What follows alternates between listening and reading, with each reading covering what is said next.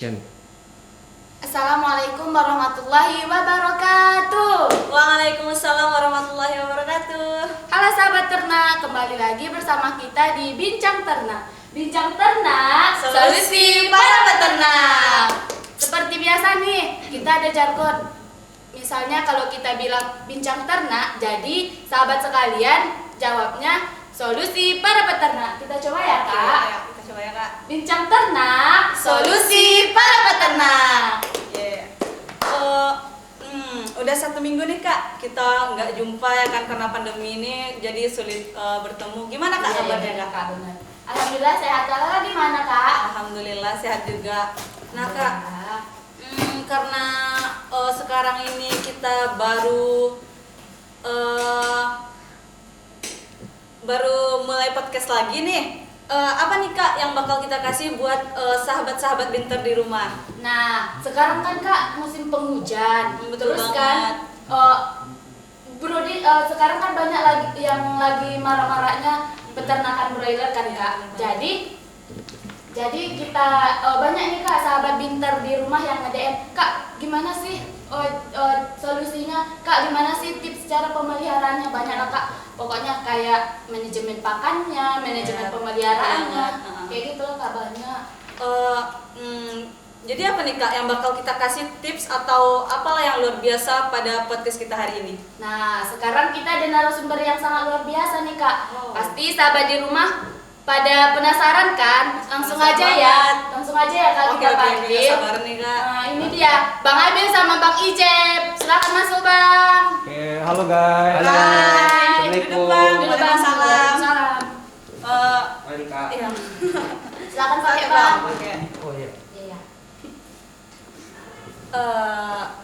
Jadi guys, Bang Habil sama Bang Ijeb ini adalah mahasiswa di salah satu perguruan tinggi Politeknik Pertanian Negeri Payakumbuh, yaitu program Politani studi. kan, Kak? Oh iya, betul banget, yang biasa Iya. dikenal di Politani itu kan.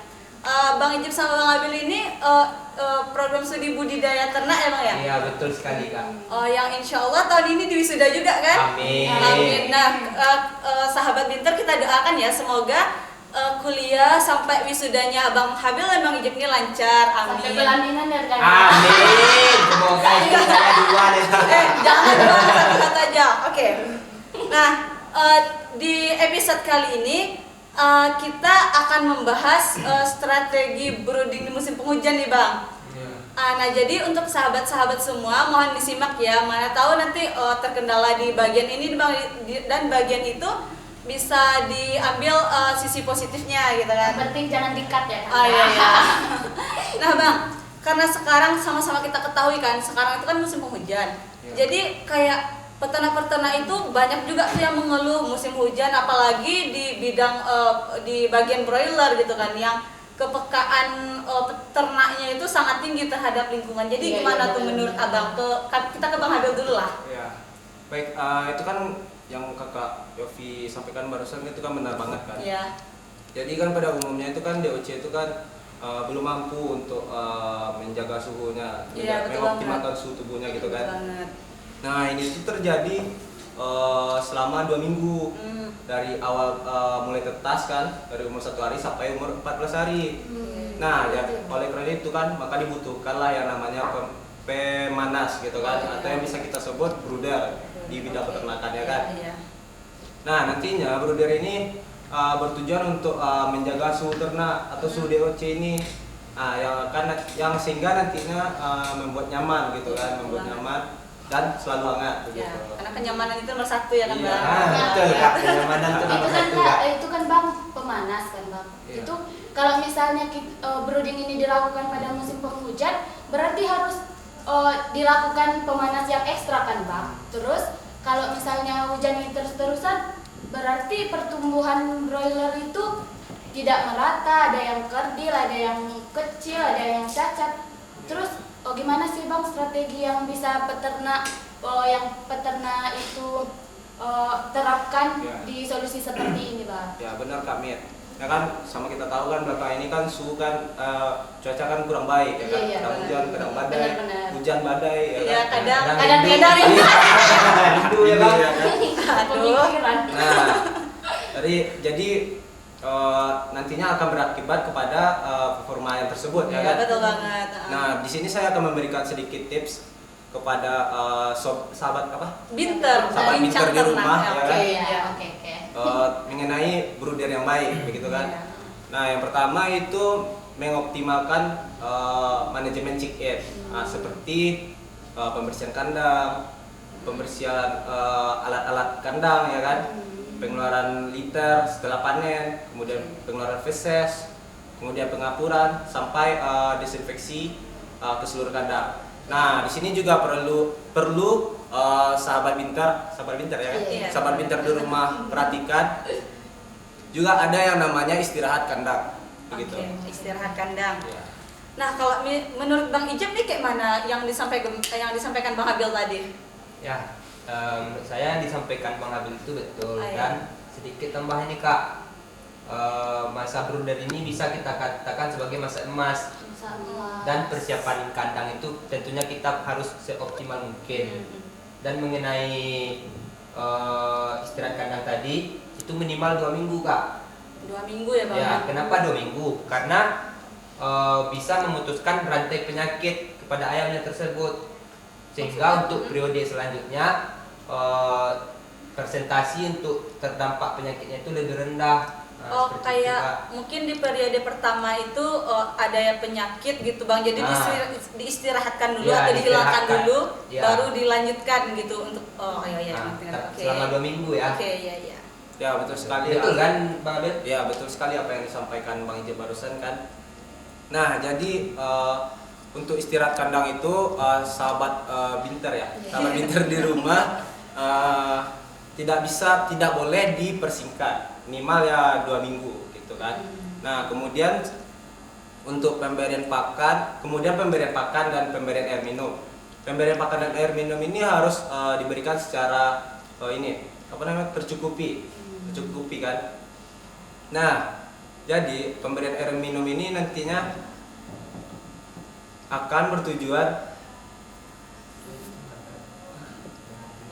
nanti pemberian air minum itu nanti mengoptimalkan pemberian pakan. Nah, contohnya begini. Contohnya DOC yang baru datang ya kan. Sesegera mungkin untuk diberikan pakan dan air minum ya kan. Nah, nanti ini bertujuan untuk penyerapan kuning telur gitu. Nah, kuning telur ini nantinya akan menjadi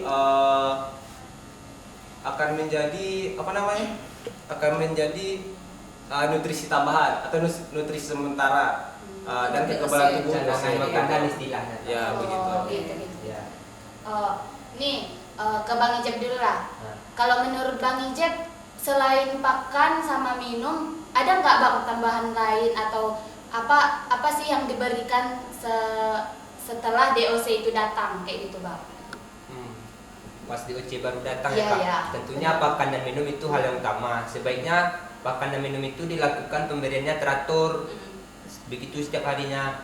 Dan untuk tambahannya sebaiknya kita menggunakan suplemen tambahan. Apa tuh Bang? Contoh air gula.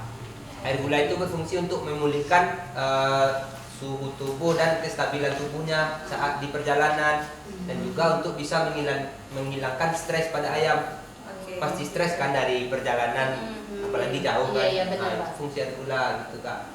Oke. Nah, kalau yang dibilang Bang Habil sebelumnya itu kan selain manajemen check-in itu dan pemberian air pakan dan minum, itu ada lagi nggak Bang strategi dari Bang Ijab gitu? Mungkin satu lagi strateginya itu kita harus mengontrol suhu dan kelembapannya Kak. Kenapa Apalagi dikontrol? Ini musim hujan sekarang kan. Kenapa dikontrol? Tujuannya itu untuk membuat DOC tersebut nyaman. Dan jangan lupa pencahayaannya juga harus kita perhatikan. Karena kan DOC ini baru kecil kan. Iya. Jadi pencahayaan itu gunanya untuk supaya dia lebih mengenali, oh ini pakannya, oh ini minumnya, untuk mempermudah dia istilahnya. Dan yang paling penting tahu Kak, yaitu menjaga kesehatannya, manajemen kesehatan. Disinilah intinya dari brooding ini. Apabila dari awal kesehatannya udah bagus, insya Allah ya, sampai nanti kita panen, insya Allah hasilnya juga bagus. Kesehatannya Kak Mir, Iya. sama kayak kita pun harus jaga Iya, kesehatan. kita harus sehat Iya. kan. Banyak banget ya Banget, pengalaman iya. luar biasa dari abang-abang ini. Iya. Makanya. Oke sahabat Binter. Oke sahabat Binter. Oke, Mungkin strategi brooding di musim hujan yang bisa kita terapkan itu mengoptimalkan check-in, pencahayaan, mengoptimalkan pakan dan minum, kemudian yang paling penting itu kesehatan. Ingat sahabat Binter, kesehatan nomor 1 untuk DOC yang baru datang itu. untuk kita pun juga Jangan pandemi juga disepelekan. sekarang ini. Oke. Benar-benar. Nah, sahabat Binter semua, kita udah sampai nih di penghujung podcast kita pada pagi hari ini. Untuk sahabat-sahabat